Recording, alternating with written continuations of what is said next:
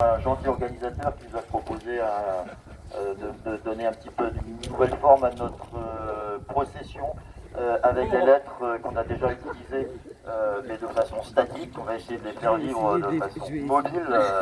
Cessez le feu à Gaza. Donc, ceux qui ont reçu une lettre seront en tête de cortège.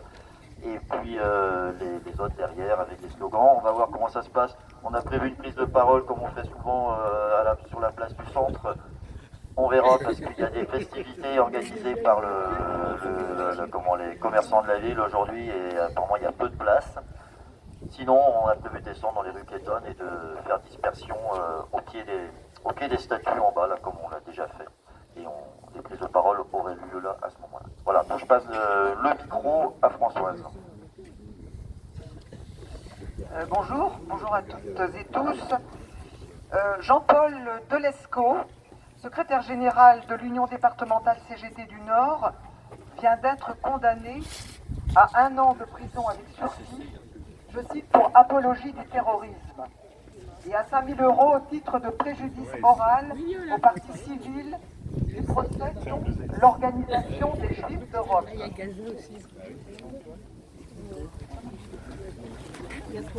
En revanche, il a été relaxé pour les accusations de provocation publique à la haine ou à la violence. Ce jugement est scandaleux pour la démocratie. Jean-Paul Delesco est aujourd'hui condamné pour le contenu d'un tract de la CGT du Nord, 59, diffusé 3 jours après les attaques du 7 octobre menées contre Israël par les groupes armés palestiniens, dont le Hamas. Un tract dont le contenu a déplu au préfet du Nord, qui a immédiatement engagé les poursuites en s'appuyant sur la circulaire envoyée début octobre par la chancellerie. Une circulaire faite sur mesure pour intimider celles et ceux qui voulaient exprimer leur solidarité avec le peuple palestinien et continuer à dénoncer l'occupation israélienne.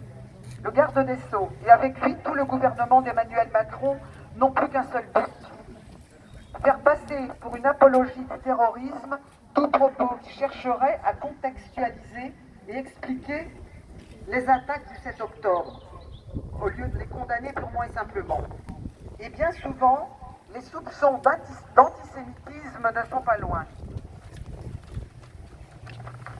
Ce faisant, c'est toute l'expression démocratique du corps social et politique qui est susceptible d'être censurée et poursuivie devant les tribunaux.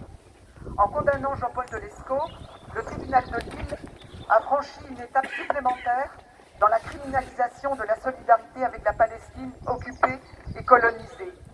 En déniant à un responsable syndical le droit de s'exprimer comme il l'entend sur la situation de Gaza, avant le 7 octobre, tordant ses propos en les extrapolant et en extrapolant ses intentions, les juges ont porté un coup dangereux à la démocratie. Pour cela, ils ont ignoré que le communiqué de la CGT 59 rendait aussi hommage à toutes les victimes civiles des attaques du 7 octobre au profit d'une lecture subjective et à sens unique. Bien sûr, Jean-Paul Delesco a immédiatement fait appel de la décision du tribunal, de ce jugement inique, et le combat pour son acquittement démarre dès maintenant. La FPS lui a déjà témoigné toute sa solidarité par la voix de sa présidente, Anne Tuaillon. Elle continuera à lui apporter tout son soutien jusqu'à l'obtention de cet acquittement et l'abandon de toutes les charges retenues contre lui. Si nous laissons passer cette décision, toute parole portant sur la situation à Gaza ou toute critique de la politique israélienne sera susceptible d'être poursuivie devant les tribunaux. Comment ne pas voir que cette criminalisation s'inscrit évidemment dans la vague liberticide qui touche aujourd'hui en France la liberté de réunion et de manifestation dès lors qu'on veut y aborder la question de la Palestine. Depuis quand, dans ce pays, les étudiants ne pourraient-ils pas organiser des conférences sur la Palestine avec qui ils veulent comme invités? Depuis quand les animateurs d'associations de la solidarité ou de dirigeants politiques sont-ils convoqués et entendus par les services de police mis en cause pour apologie du terrorisme ou pour antisémitisme? Depuis quand les mouvements de solidarité avec la Palestine sont-ils l'objet de publications haineuses incitant le pouvoir à les dissoudre? Il faut que cessent les intimidations, les pressions et les interdictions contre les militants, militantes, les syndicats des partis politiques ou des associations solidaires du peuple palestinien. L'AFPS participera à tout mouvement unitaire contre ces mesures liberticides pour la défense de notre liberté d'expression politique et associative. La solidarité avec le peuple de Palestine n'est ni un crime ni un délit. C'est un devoir pour lequel personne ne nous fera taire. Nous continuerons à parler de la Palestine et à porter la parole et à donner la parole aux Palestiniennes et aux Palestiniens. Merci.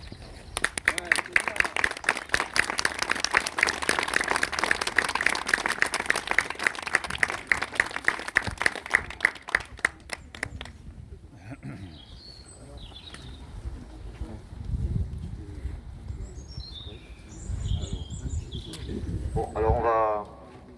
Non, à moins qu'on lise le... Claire ici, peut-être... Donc, changement de programme. Claire va lire, comme on ne sait pas comment on va être accueilli sur la place du centre, on va lire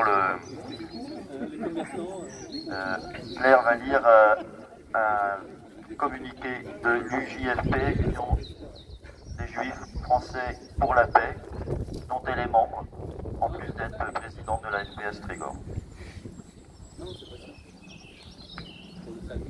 Alors, 6 mois de génocide et le monde se tait. 6 mois que cette tuerie est perpétrée avec la complicité des gouvernements occidentaux et la connivence de nos médias. 6 mois qu'une immonde puissance coloniale tente d'éradiquer un peuple et amoncelle les cadavres.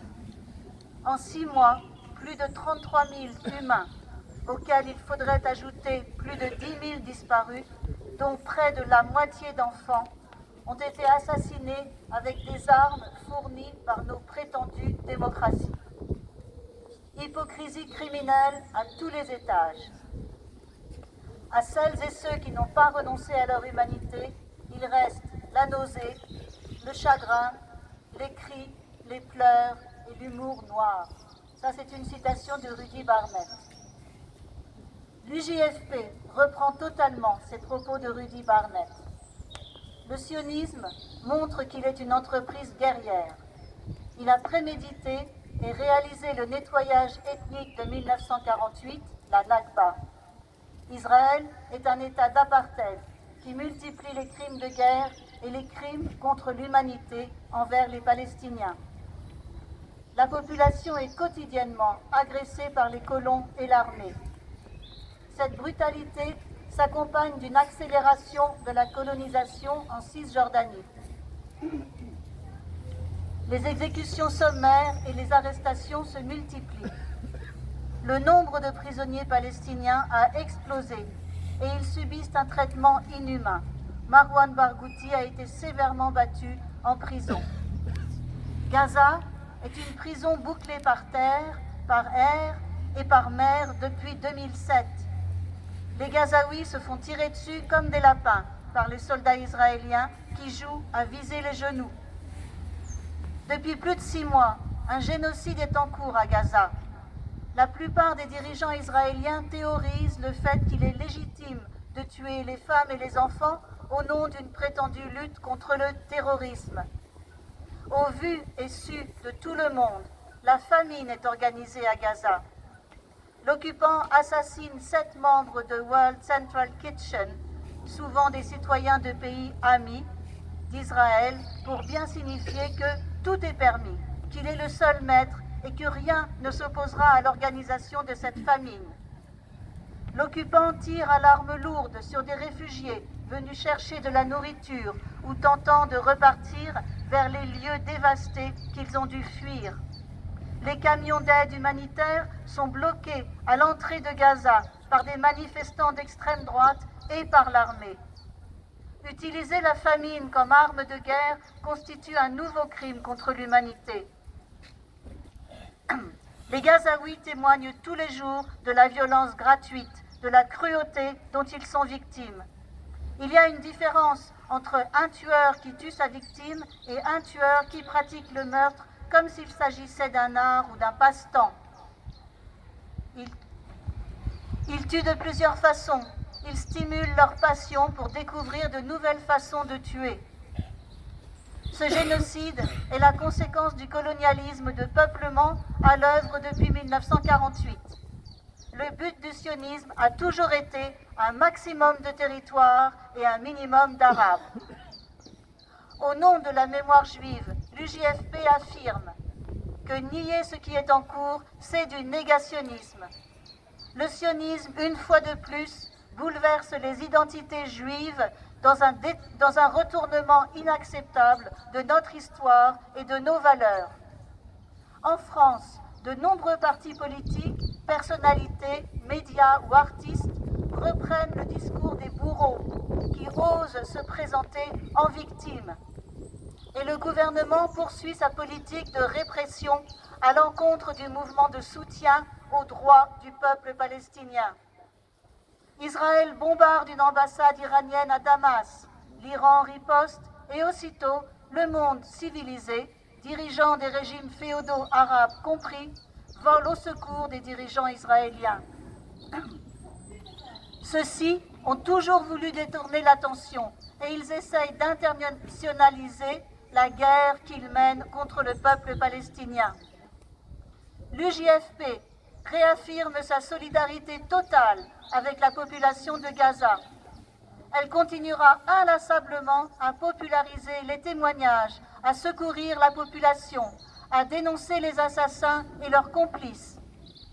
En Palestine, on dit souvent « vivre, c'est résister ». Gaza vit toujours et la résistance de la Palestine n'est pas vaincue. En 1938, à la conférence d'Évian, la communauté internationale avait abandonné les Juifs qui fuyaient la barbarie nazie.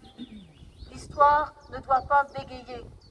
L'UJFP appelle à ne pas abandonner Gaza et à arrêter la folie meurtrière de l'armée palestinienne. Cessez-le-feu immédiat, boycott des institutions israéliennes comme la participation aux Jeux olympiques et à l'Eurovision, arrêt de l'exportation d'armes et jugement des criminels de guerre.